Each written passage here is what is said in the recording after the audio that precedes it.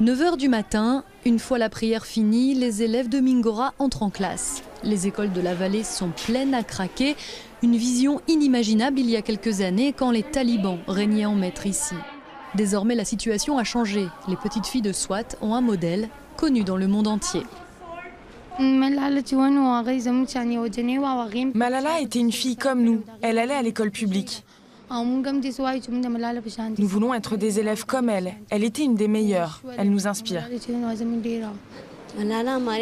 Malala est une fille de notre vallée, courageuse et intelligente. Elle a brandi la flamme de la connaissance dans notre pays. Et je n'ai pas de mots pour décrire les difficultés auxquelles elle a fait face. Dans la vallée de Swat, le nombre de filles inscrites à l'école a augmenté ces dernières années. Elles sont désormais 1 sur 2 à étudier, contre 1 sur 3 il y a tout juste 2 ans. Un afflux bienvenu, mais compliqué à gérer pour les écoles dont les moyens sont limités. Regardez les élèves en classe. Elles ont besoin de plus de place.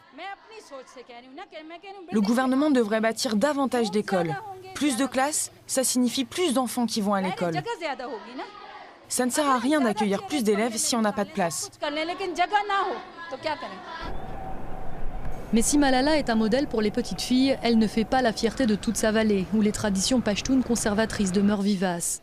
Rebelle, elle décide en 2009, en plein régime taliban, de se battre pour que l'éducation ne soit pas un privilège réservé aux garçons. À l'époque, les télévisions locales commencent à parler d'elle, mais son combat dérange. Et il y a pile 1 an, au pied de cet arbre, des hommes armés lui ont tiré dessus alors qu'elle rentrait de l'école. Et aujourd'hui encore, une partie des habitants de Mingora émet des réserves au sujet de cette jeune fille, pas assez discrète. Malala est devenue célèbre après l'attaque à cause des médias internationaux. Mais ici, elle n'est pas tellement appréciée. Les locaux n'ont pas pris l'attaque aussi dramatiquement que les Occidentaux. Elle s'est juste fait un nom sur la scène internationale. Dans la vallée de Swat, la peur n'a pas disparu. Devant l'école que fréquentait Malala, la sécurité est renforcée et les élèves doivent rentrer chez elle en taxi avec l'interdiction de parler aux médias, par crainte que les talibans ne les prennent pour cible.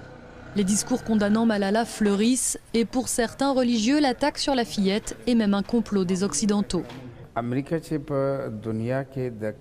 L'Amérique veut répandre la civilisation de la nudité dans le monde, c'est-à-dire la vulgarité et le sexe.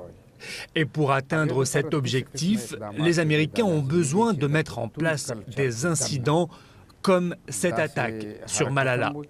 Comme ça, elle devient célèbre et elle donne des idées aux autres filles et encourage l'indécence ici. Dans ces conditions, l'éducation des filles de la vallée demeure un combat quotidien. Même si les mentalités changent doucement et que les parents comprennent de plus en plus l'importance de l'école, il faudra encore du temps avant que la société pachtoune accepte de voir les femmes s'émanciper. Moi aussi, j'ai ce genre de problème. C'est pour ça que je comprends ce qu'a vécu Malala.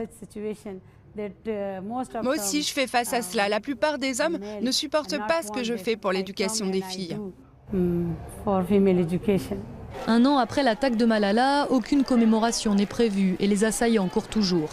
Mais nul ne doute que le combat de cette jeune fille fait son chemin dans les esprits des élèves de la vallée.